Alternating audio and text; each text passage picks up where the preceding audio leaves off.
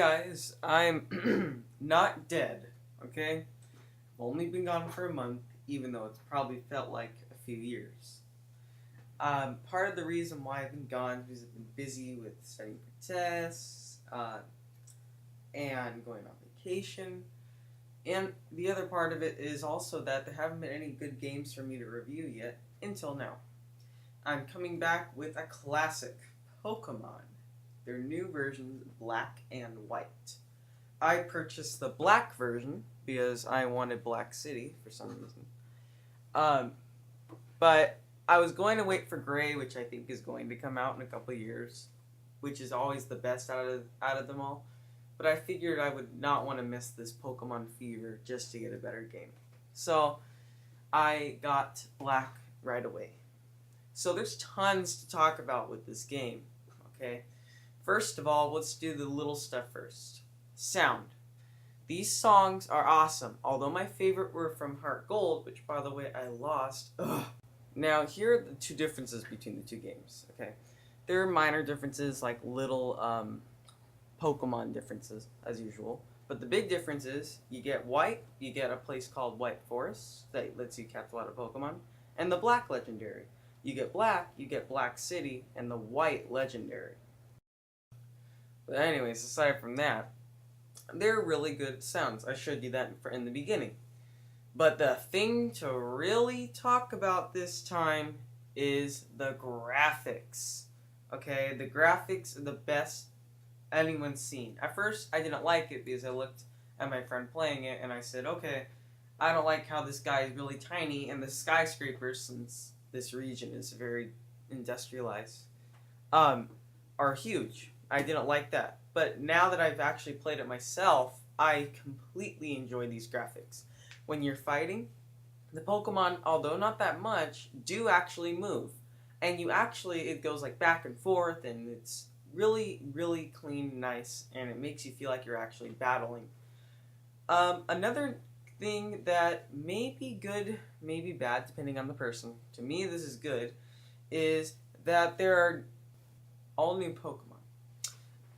So you won't find a freaking Zubat, which I got annoyed with in Sinnoh, Pearl version, until you beat the game. Once you get, actually I think even once it gets the National Pokedex, then you can get Pokemon from other games. And in fact, I don't even think you can transfer Pokemon from other games unless you beat the game. So for me that's good because it's all new Pokemon from there, and so I guess if you want to catch a Pikachu in this game, you're going to have to wait to beat it.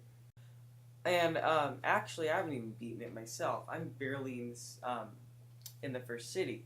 But the thing is that I can already tell from now where I am that it's an awesome game. So I can review it from here even though I'm not that far into the game. Also, just wanted to include, there's another concept that this game has that's a little similar that I thought is kind of cool. They include the concept of seasons. So when you first start off, it's autumn, and you can notice like the trees are all different colors, and it progresses through winter, spring, summer, and it actually affects which Pokemon you can catch and things. So I thought that was also a kind of a cool addition. But another thing I love about this game is that it's so creative. Like a gym has a roller coaster and other things like that. Anyways, let's talk about what the starters are. First off is Snivy, the grass type. Looks pretty cool to me. I usually don't choose it though. By the way, you can pause this in case it's going too fast. Okay, next is Tepig, the fire type, which is what I normally choose. But this time I chose the water type, Oshawott. They're always cute for some reason. For some reason, water's always cute. And it's powerful in this game. Also, here's the map of the Unova region. It was originally named Ishu, which I like better, but oh well. This, as you can see, is a pretty big region, and you can also see, like, with this gaping skyscraper-like metropolis at the southern part, is industrialized. It's based off New York. And so far, I like it. Now, let's move into something else that's unique about this game, which is the triple battles and the rotational battles. Rotational is really fun, it's really strategic, and I liked it. That's pretty much all I need to say about that. But the triple battle, it's okay. It's more like, to me, more of a hindrance, more like more Pokemon to defeat than more fun. But still, it's a good addition. There's only one thing I didn't enjoy about this game, and that was that those triple battles did sort of make it harder. But Pokemon's kind of easy sometimes, so I guess that's a better challenge. Speaking of challenges, this new team, Team Plasma, is terrorizing Unova, but it's a really unique, and I like the story so far. It has, they're trying to free Pokemon from Pokeballs. It's kind of weird, and nobody's really thought of that before. That they think that they're enslaving, that people are enslaving Pokemon.